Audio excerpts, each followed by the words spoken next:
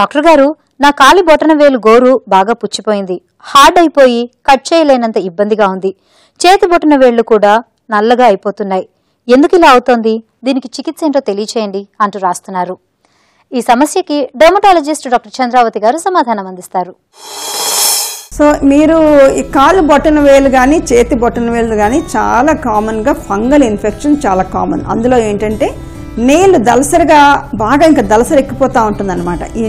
ఈ fungal infection మూలంగా ఆ ఫంగస్ దాంట్లో గ్రో అవటం మూలంగా ఆ నేలు బాగా ఇంకా చాలా చాలా దలసరిగా ఎక్కిపోయి దాన్ని అసలు కట్ చేసుకోవడం చాలా కష్టం అవుతుంది. నేల్ కట్టర్ తోటి కట్ చేసుకోవడం చాలా కష్టం అవుతుంది.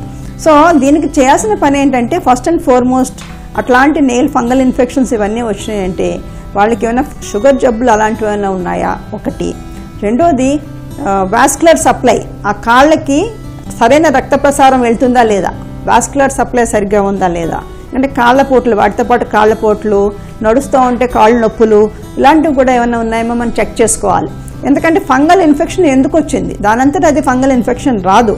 ఫంగల్ ఇన్ఫెక్షన్ ఎప్పుడు వస్తుందంటే హార్మోన్ ప్రాబ్లమ్స్ లైక్ డయాబెటీస్ కానీ ఇలాంటి ప్రాబ్లమ్స్ ఉన్న వాళ్ళకి చాలా కామన్గా వస్తుంది ఒకటి.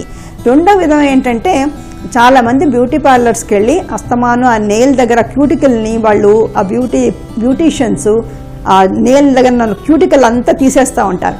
దాని మూలంగా కూడా ఆ నెయిల్ని ఇంజూర్ చేస్తారు. ఆ నెయిల్ని ఇంజూర్ చేయటం మూలంగా కూడా ఫంగల్ ఇన్ఫెక్షన్ రావడానికి ఛాన్సెస్ ఉంటాయి.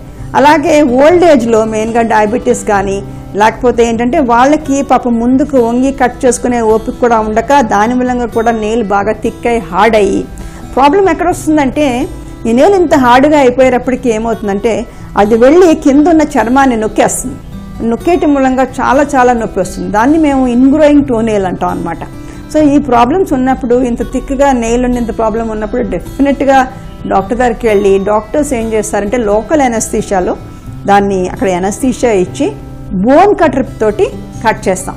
మామూలుగా కట్ అవుతుంది అది. సో అందుచేత బోన్ కట్టర్స్ యూజ్ చేసి బోన్ కట్టర్స్ తోటి దాన్ని కట్ చేస్తాం అనమాట. కట్ చేసిన తర్వాత కూడా కట్ చేసిన నెయిల్ని దాంట్లో ఏం ఫంగస్ ఉంది, ఆ ఫంగస్కి ఏం మెడిసిన్ పెడితే అది తగ్గుతుంది అని అది తెలుసుకుని దానికి తగ్గ మెడిసిన్ పెడితే నెక్స్ట్ టైం వచ్చే కొత్త నెయిల్ అలా దలసరిగా రాకుండా ఉంటుందన్నమాట.